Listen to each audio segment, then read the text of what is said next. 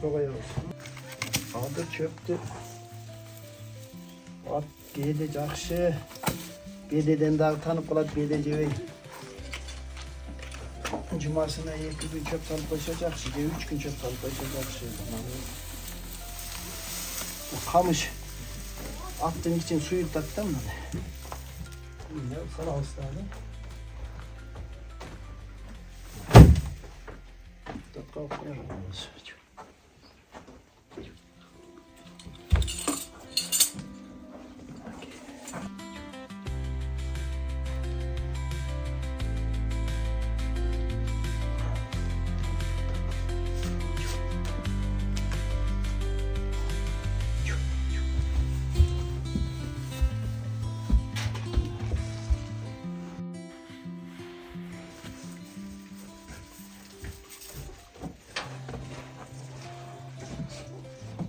Hatta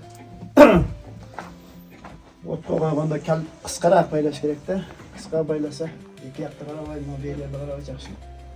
Anan tündösü uzunroq qilib qo'ygan bo'lsa, mol yerga jatat qurruq mı?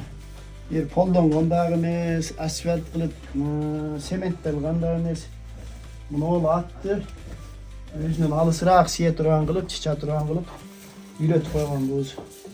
Bunun үйrötken yolu da var.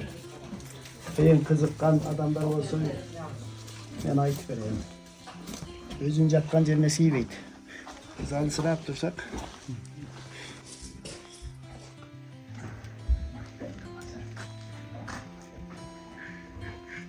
Bunake nolat jatkan yerine siyveydi özü. Özünden alыс barıp durup, ondan keyin siyep hiç. Javusundagı siydik kılbaydı, çıla kılbaydı. Aldığında pol dağı yok bunun. Özünün boğunan je turpak bolsa at çerçeveyi жақсы otlaydı. Köpçülüğü pol da koyup, je sement dep koyup al atqa tura kelip. Kurup tura berет жатқан жери. Түндөсү içine uzunroq baylap koyabız. Özü negizi жылкы түндөсү уктайт.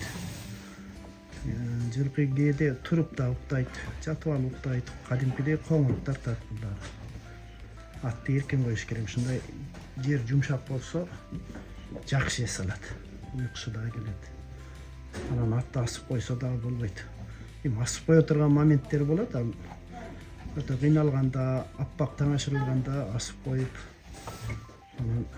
ошондой кылса болот. Эгер эркин турган, багылган ат болсо, ошол турганы оңой. Атты бош коюп дагы багылат. Эми бул аттар жайдын күнү бош багылат. Бир канага камалып. Almalda minilbeyt, jetele suarılbayt, oşol jerge berilet. Bunda ulaka çağıp gelip karalgan atqa. Şunday başında noktası menen je bolsa, başında baylangan jüy menen karagan oңurakta. Жылкылар кыштын күnkü қаңтар оодудан кийин, андайча айтканда 18 январдан кийин жылкылардын төгү түшө баштайт. Кичинеден күн ысып. Oşol malda kısır bir boz bir bölünüp kalat gözge görmüyor.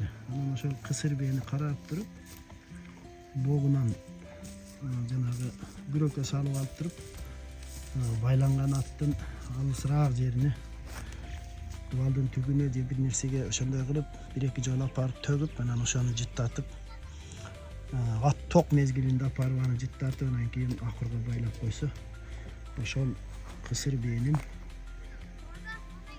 ошо төгүлгөн богуна чычат, ошол жерге сиет. Айгырдөө деп коет кыргызча айтканда. Айгырдөө болуп чиче берет. Чоң болуп. Ал канча бийик кылып чычкан сайын өзүн ат күчтүү сезет. Ат жыттаган сайын күчтүү сезип өзүн менсинип ушулай ушул үйүрдүн айгыры болом деп өзүнчө ошол жерде өзүнчө көңүл өсүп, мындайча айтканда. Кайра кичине сийгиси келсе да ошол жерге апарып сиет. Карап туруп, ошо кысыр бейнен богунан апарып, анан ошол өзү жаткан жерге чычпай турган, сийбей турган кылгандын биринчи сыры ошол. Биринчи сыры. Анан күздүн күнү кысыр бе билинбейт. Билингенде деле күздүн күнү ат кызыкпайт.